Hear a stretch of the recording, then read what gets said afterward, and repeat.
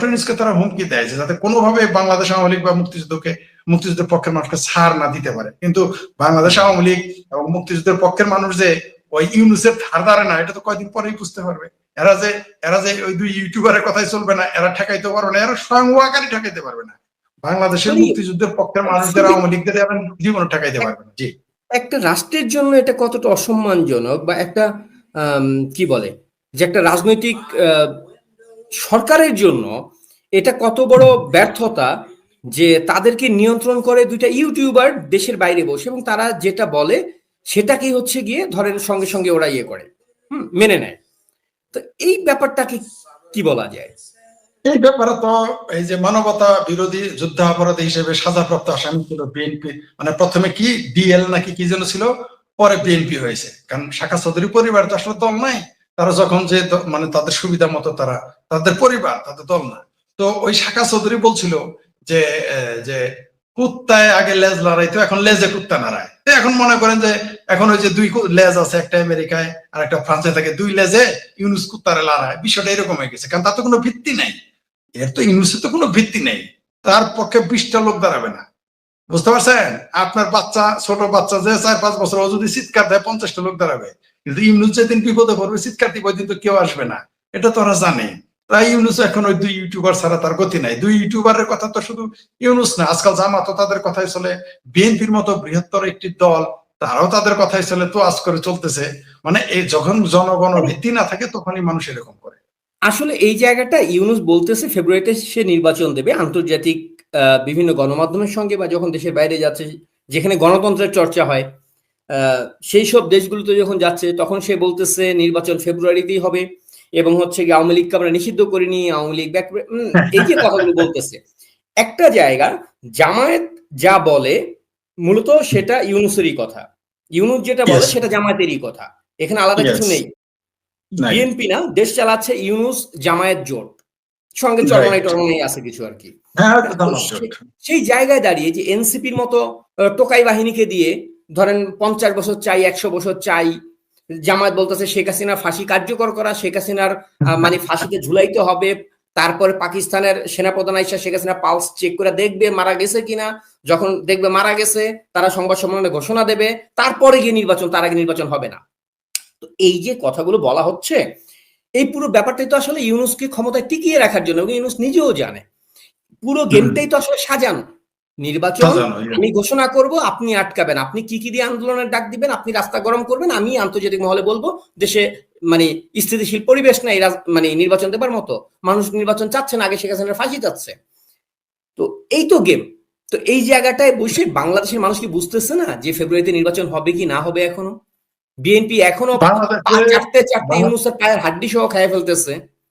বাংলাদেশের মানুষ বুঝেছে, বিএনপি এটা এখনো বুঝে নাই।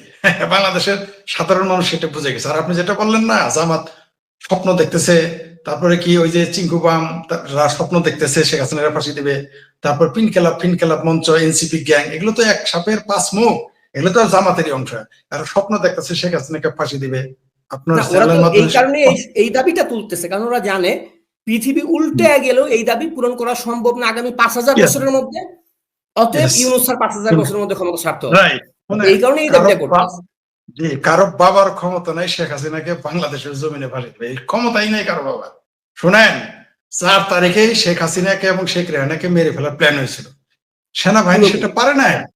আন্তর্জাতিক ভাবে ষড়যন্ত্র ছিল, পাকিস্তান যদি মেরে ফেলবে, পারে নাই, তারা হাতের মুঠে প্রায় মারার সাহস পায় নাই।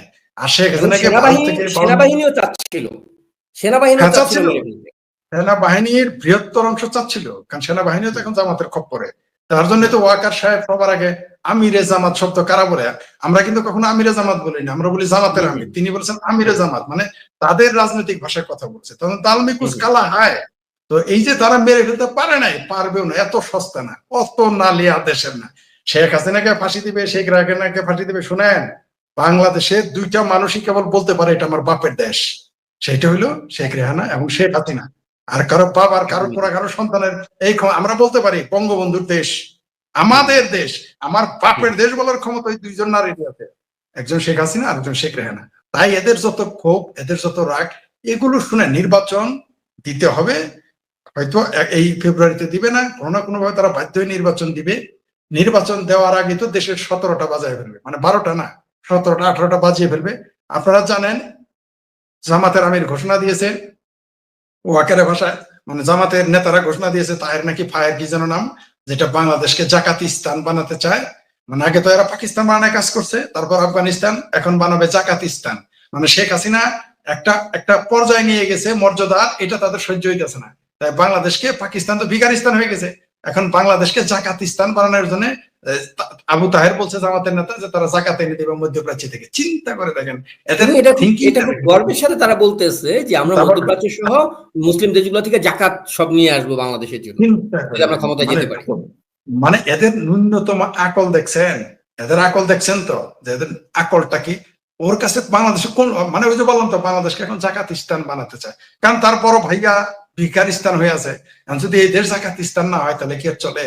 আর আপনাকে একটা কথা বলি, শেখ হাসিনা বা আওয়ামী লীগ এগুলো নিষিদ্ধ করা যাবে না ভাই।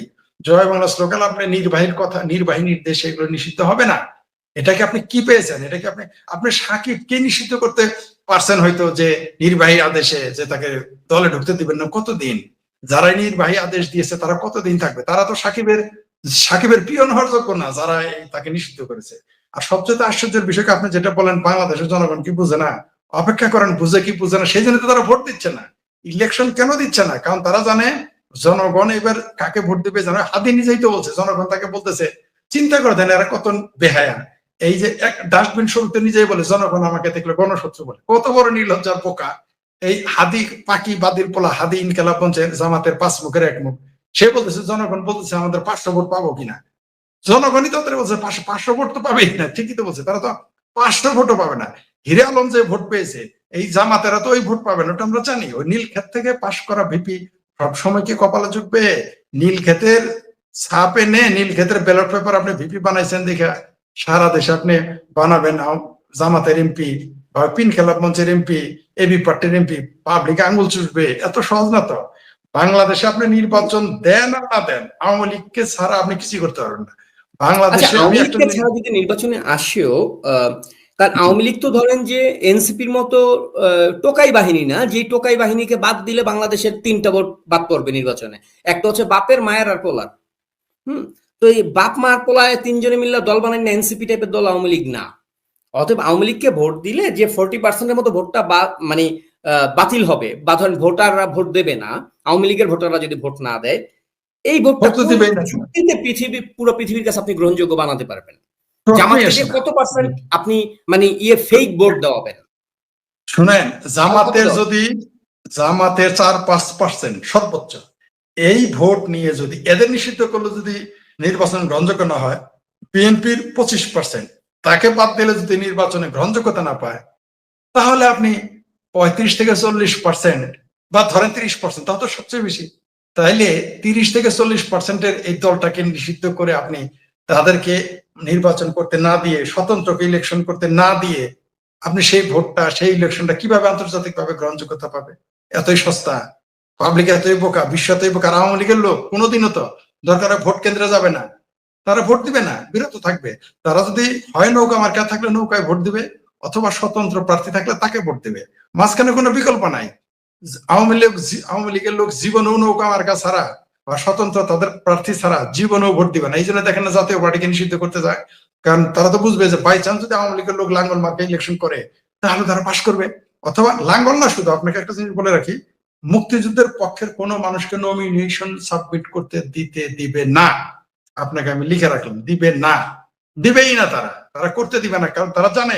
শুনেন, আমি কেন ধরেন আপনি 54 বছর পরে পরাজিত পাকিস্তান ক্ষমতা পাইছে বাংলাদেশে, আপনার মনে হয় যে পাকিস্তান মুক্তিযোদ্ধাদেরকে আবার ভোট দিতে দেবে?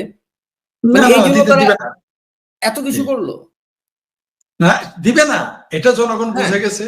এদের উদ্দেশ্য হলো এই যে চিঙ্কু বামেরা এদের সাথে জোট হয়েছে, শেখ হাসিনাকে সরায় আর একেবারে মান্না সালুয়া খাওয়াইতেছে না। এখন গান নিষিদ্ধ, নাচ নিষিদ্ধ, নাচতে হবে মেয়েরা মেয়েদের সামনে, ঘেটুপুত্ররা ঘেটুপুত্রের সামনে। এখন ভালো হয়েছে না? উদিসি এখন কোথায়? উদিসি বিবৃতি দেয় না এখন। এই যে বললো নারীদের গান গাওয়া যাবে না, এখন কোথায়? তারা না একেবারে ফাল পাইরে একেবারে শেখ হাসিনাকে সরায় দিলেই দেশে একেবারে গণতন্ত্র চলে আসবে, গণতন্ত্রের বন্যা বসে যাবে, ভোটের বন্যা বসে যাবে, পাক স্বাধীনতার বন্যা বসে যাবে, বুঝতে পারছেন? সমাজতন্ত্র একটা কায়েম হয়ে যাবে শেখ হাসিনাকে হটাইলে। এখন কেমন লাগে? এখন কেমন লাগে? আজকে কি আপনি আপনি জানেন বাংলাদেশে যে উত্তেজনা ছিল, মাঝে মাঝে আমার মনে হতো যে কার্ল মার্কস আর ফ্রেডেরিক এঙ্গেলস এর বোধহয় স্বপ্নই ছিল শেখ হাসিনার পতন। এদের ভাষা রাজনীতি শুরু করছিল শেখ হাসিনাকে সরানোর জন্য। হ্যাঁ, আর কার্ল মার্কস জন্ম নিয়েছিল, আর ফ্রেডরিক এঙ্গেলস জন্ম নিয়েছিল কাশ্মীরের জঙ্গি আর হামার জঙ্গিদের ক্ষমতায় বসানোর জন্য, আর ভারত ভাঙার জন্য। এর চেয়ে আর বেশি এরা ভাবতে পারে না। এদের আপনি দেখেন তো কবে এরা মানুষের ভাতের অধিকার নিয়ে কথা বলে? এখন সারাদিন দেখবেন ভারত বিরোধিতা, আর ভারতের যে বাম আছে একটা সারাদিন নরেন্দ্র মোদীর বিরোধিতা। এখন ইদানিং বাংলাদেশেরও শেখ হাসিনা বিরোধিতা করে ভারতের বামেরা। এদের আর কোনো কাজ নাই, মানুষের এখন আর ভাত কাপড় লাগে না, বুঝতে পারছেন? এখন আর ভাত কাপড় আন্দোলন নাই, কারণ হলে এদের তো আর কোনো, এদের তো অস্তিত্বই নেই। বাংলাদেশে তো নাই, ভারতে তারা বিভিন্ন রাজ্যে 25 বছর 30 বছর 35 বছর ক্ষমতায় ছিল, আজকে সেখানে তারা নেই। এমপি হতে দূরের কথা, সেখানে তারা একটা এমএলএ হতে পারেনি এদের এই খাসিলতের জন্য। অথচ এই ভারত উপমহাদেশে চায়নার মতো তো সমাজতান্ত্রিক সরকার ক্ষমতায় আসার কথা ছিল, কারণ তারা ভাতের কথা বলে, মানুষের অধিকারের কথা বলে, বাক স্বাধীনতার কথা বলে। কিন্তু এরা তো আসলে ভিতরে ভিতরে বাটপা। মুসলিম লীগ হুট করে হয়ে গেছে হইলো আপনার কমরেড, তো এরকম তো হবেই। মুসলিম লীগ তো শুধু আওয়ামী লীগ হয় নাই, এই যে অনেকে বামপন্থীরা চাপা মারে মুসলিম লীগ, আওয়ামী লীগ থেকে মুসলিম লীগ আছিল, আরে বেটা তোদের কমিউনিস্টরা তাকে মুসলিম লীগ আছিল, নির্লজ্জ বেহায়া। ইতিহাস পড়ে দেখ, মানে লড়কে লেঙ্গে পাকিস্তান, তেরা মেরা রিশতা কিয়া স্লোগান দিতে দিতে আইসা কমিউনিস্ট পার্টির অফিসে কমিউনিস্ট হয়ে গেছে। সেই লোকই তো ভারতের কমিউনিস্ট। তো এই এরা ইতিহাস জানে, এরা ইতিহাস এটা বলবেন আপনাকে। এদের কাজ কি? বাংলাদেশের কমিউনিস্টদের কাজ হলো শেখ হাসিনার বিরোধিতা করা, আর বৃহত্তর একটা অংশের সরাসরি মুক্তিযুদ্ধ বিরোধিতা করা, ভারত বিরোধিতা করা। আর ভারতের বামদের কাজ হইতেছে নরেন্দ্র মোদীর বিরোধিতা করা, আর কোনো কাজই নাই তাদের। এরা যদি সমাজতান্ত্রিক আন্দোলন করতো, এই দেশে কি, এই উপমহাদেশে কি দরিদ্র মানুষের অভাব, শ্রমিক মেহনতি মানুষের অভাব, কৃষক ক্ষেত মজুর মানুষের অভাব? কেন ক্ষমতায় যেতে পারে না? কারণ তো চিটার, এরা পাটপা, এরা মিথ্যুক, এরা ধোঁকাবাজ, এরা না ঘরকা না ঘটকা, এরা না সমাজতান্ত্রিক না গণতান্ত্রিক, এরা হলো ধোবিকা কুত্তা, না ঘরকা না ঘটকা। আপনি দেখেন তো কবে তারা বলতেছে সমাজতন্ত্র কায়েম করবে? একটা বারও তারা বলে না। এই মিথ্যুক ধোঁকাবাজেরা এরা কায়েম করতেছে কাশ্মীরে কি কায়েম করবে সেই চিন্তা করে, আর হামাসদের কি কায়েম করবে। আচ্ছা, এই যে এত, এই যে আপনি যে চিঙ্কুবাম শহীদুলের নাম নিলেন, এদের গ্যাং খাগড়াছড়ি নিয়ে কয়েকদিন কথা বলছে, একটা বার বলছে? বলে নাই। এদের এখন আর সায়ান আসে না গান গাইতে, এখন আর সায়ান আসে না। তারা কাশ্মীর থেকে সেনা হটাইতে বলে, তারা মণিপুর থেকে সেনা হটাইতে বলে, তারা আইডিএফ মানে ইসরায়েল থেকে সেনা হটাইতে পারে, ইসরায়েল রাষ্ট্রের অস্তিত্বকে ধ্বংস করতে চায়, কিন্তু পাহাড়ে তারা সেনা রাখতে চায়। মানে কি আজব চরিত্র তাদের। মানে কার্ল মার্কস আর এঙ্গেলস জন্ম নিয়েছিল বাংলাদেশের কমরেডদের, ভারতের কমরেডদের মুসলিম মৌলবাদীদের পক্ষ নেওয়ার জন্য। আর কমরেড আর কার্ল মার্কস জন্ম নিয়েছিল, কার্ল মার্কস সমাজতন্ত্র দিয়ে গেছে, কমিউনিস্ট ম্যানিফেস্টো দিয়ে গেছে পাকিস্তানের সেই কমিউনিস্টদের, যারা আশাকের রাসূল হবে। আশাকের রাসূল হওয়ার দোষের কিছু না, কিন্তু একটা কমরেড যখন আশাকের রাসূল হয় তখন সেটা তালমে কুসকালা হয়, সেটা বলতে চাইছে মুসলমান। একটা ব্যাপার যে এই যে মনে করেন এদের যে বিরোধিতার জায়গাটা, আপনি শায়ানের নামটা বললেন, এই কারণে একটা ব্যাপার, এই যে শিল্পীদের মধ্যে, শিল্পীরা যাদেরকে আমরা প্রগতিশীল বলে জানি, যারা জুলাইতে মানে একেবারে দেশপ্রেমের ঝান্ডা মাথায় নিয়ে দৌড়েই তো 24 ঘন্টা, তারা মানে অগাস্টের পর থেকে প্রত্যেকে চুপ হয়ে গেছে। এই যে ধরেন বাদন টাদন যারা ছিল, নওশাবা ছিল, বাদন ছিল, শায়ান যারাই ছিল, হ্যাঁ, প্রভা রিপন ছিল, প্রিন্স মাহমুদ ছিল, এরা একজনও কেন পাহাড় নিয়ে কথা বলে না? একজনও কেন ঢাকা বিশ্ববিদ্যালয়ের ছাত্রীকে পোশাকের জন্য পুলিশের হাতে তুলে দেয় ভিসি, সেটার বিরুদ্ধে কথা বলে না? একটা খুন নিয়ে কথা বলে না? তাদেরকে পৃথিবীতে খুনের কথা বলতে গেলেই তারা একটা ছবি তুলে ধরে হাত চেগায় দাঁড়ায় রয়েছে একটা বান্দর কোন জায়গায়। এর বাইরে পৃথিবীতে কোনো খুন হয়নি তাদের। তাদের পৃথিবীতে একটাই খুন হয়েছে। তাদের নারী নির্যাতন বলতে একটা ওই যে চশমা পরা ঢাকা বিশ্ববিদ্যালয়ের বাস একটা আতলে থোতা দিয়ে রক্ত পড়তেছে, উপ্ত হয়ে রয়েছে একটা মানুষের, ওইটার ফটো। এর বাইরে পৃথিবীতে কোনো নারী নির্যাতন হয় নাই, বাংলাদেশে কোনো নারী নির্যাতন হয়নি কোনোদিন, ওই একটা। হ্যাঁ, এই হনুমান গুলার বাইরে এদের কাছে কি কোনো মানুষ বলতে কিছু নাই? কিছু এক্সিস্ট করে না এদের কাছে? হ্যাঁ, এদের তো উদ্দেশ্যই হচ্ছে শুধুমাত্র এদের গণতন্ত্র খতরে মে থাকে যখন শেখ হাসিনা থাকে, তখন তাদের ভোট দরকার।